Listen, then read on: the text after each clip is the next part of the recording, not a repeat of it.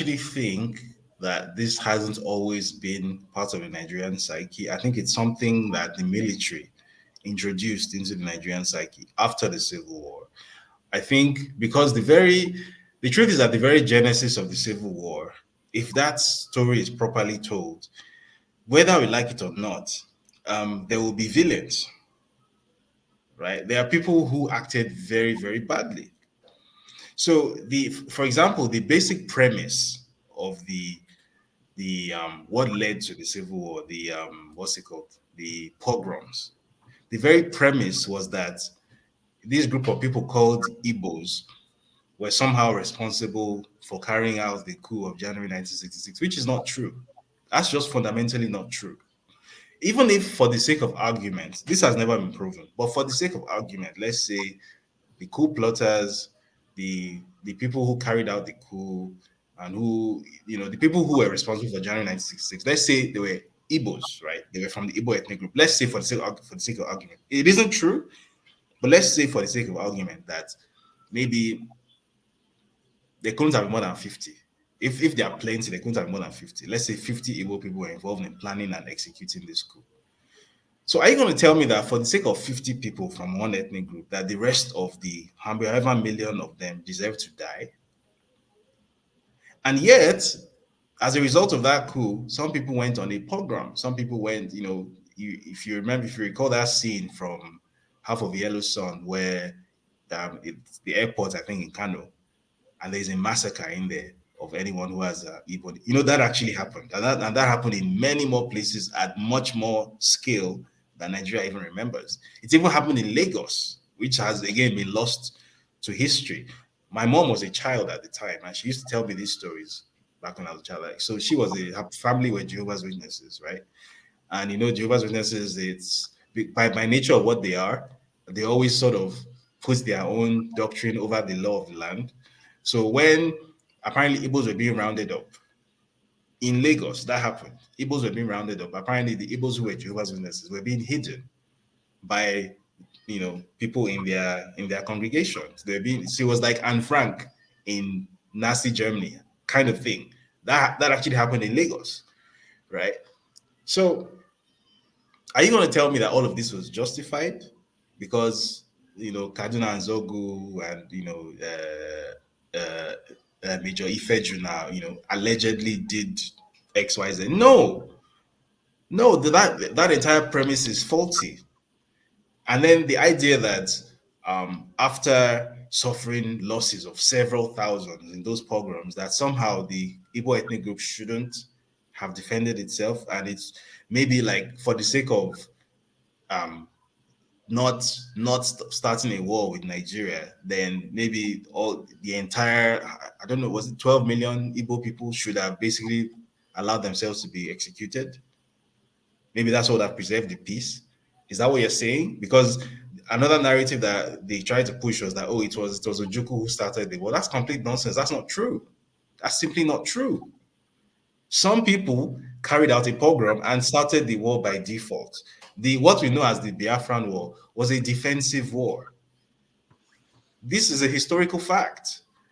You However, because I think to have this conversation is a very painful conversation. Like, some people will not come out looking good. Some people will not come out smelling of roses. So your Yakubu Gowons, people who are still alive, they are not going to come out of this. People whose names are on are on airports and on national currency. People like Murtala Mohammed. That's a war criminal. That's a genocidist. That's not a hero.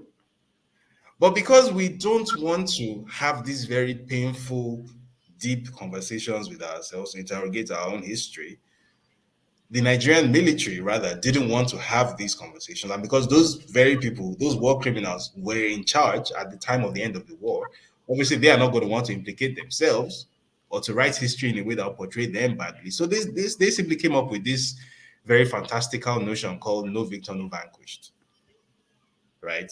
And the entire point of no victor, no vanquished is move on and don't remember.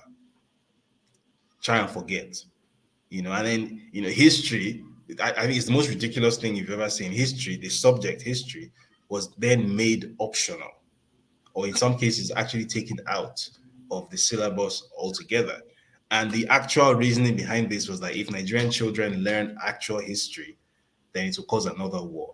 So essentially, what you're saying is that what actually happened is so terrible, and you are so determined to avoid coming to terms with your own history that you'd rather not teach history at all. And that just strikes me as a very interesting way of dealing with issues. So, for example, if let's say Germany decided to adopt the same approach after the Second World War, what would we think about that? Because we know that Germany is responsible for the murder of 6 million Jews, as well as gypsies and blacks and homosexuals and whatnot. We know that the total number of dead people in World War II, which was started by Germany, exceeded 80 million people. So altogether, Germany is responsible for close to 100 million dead people. So imagine if Germany then decided that their official position is to not acknowledge history, and then maybe make put names like Adolf Hitler and what's his name now, Goebbels, on the And German currency, or the airport in Berlin is named Rommel Airport. Imagine that.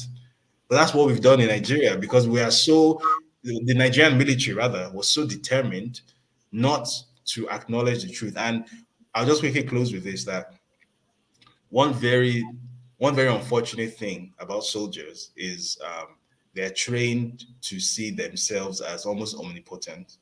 So soldiers don't acknowledge that certain things are bigger than them.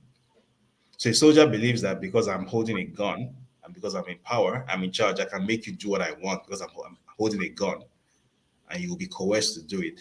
That means that I can alter the flow of history. I can alter even the way things are remembered. I can alter people's memories of their own lived experiences because I'm pointing a gun at them. Soldiers believe that. But obviously, you don't have that. Nobody has that power, right? Except you are God. Nobody has that power. So obviously, all that has happened over the intervening, what, how many years? 60, thereabout, 50, 60 years, yeah, is that these things haven't been forgotten. The people who went through these things as children, they're still alive. They're still alive. That generation who went to survive the Biafran War as kids, they're still alive. They still remember. And the basic issues that led to this in the first place haven't been addressed. That reflexive um, anti-Igbo energy, which sometimes spills over into violence, it's still there. I mean, we haven't had a Biafran War level occurrence since then, but we've had issues like the Kaduna riots in 2001 that I referenced earlier, which it always, even though the target is Christian, it always seems to somehow degenerate into specifically targeting that particular ethnic group somehow. So obviously there's a problem here that hasn't been addressed, but it's the elephant in the room that nobody wants to look at. So that's, I guess, what people like me are trying to, well, that's what I tried to spotlight when I put out this essay. I think it was on Biafran Remembrance Day in 2019 that I first put it out. That, hey, this is what the situation is, and look, whether you like it or not, we're going to need to have this conversation. Otherwise, or whether you like it or not, all your Nnamdi Kanus and your Simon Ekpas, they didn't come out of nowhere, right? There's something that they tapped into, and that thing is real, and you can't wish it away. You can't. The people who are sort of tapping into that seam of anger with them, you can't tell them that they're stupid, or that that their history is worth less than yours. So they don't have a right to remember their own history. They don't have a right to feel their own pain, and they don't have a right to react to their own perceived injustice. You can't tell them that. So that's what I set out to achieve with that essay. mm.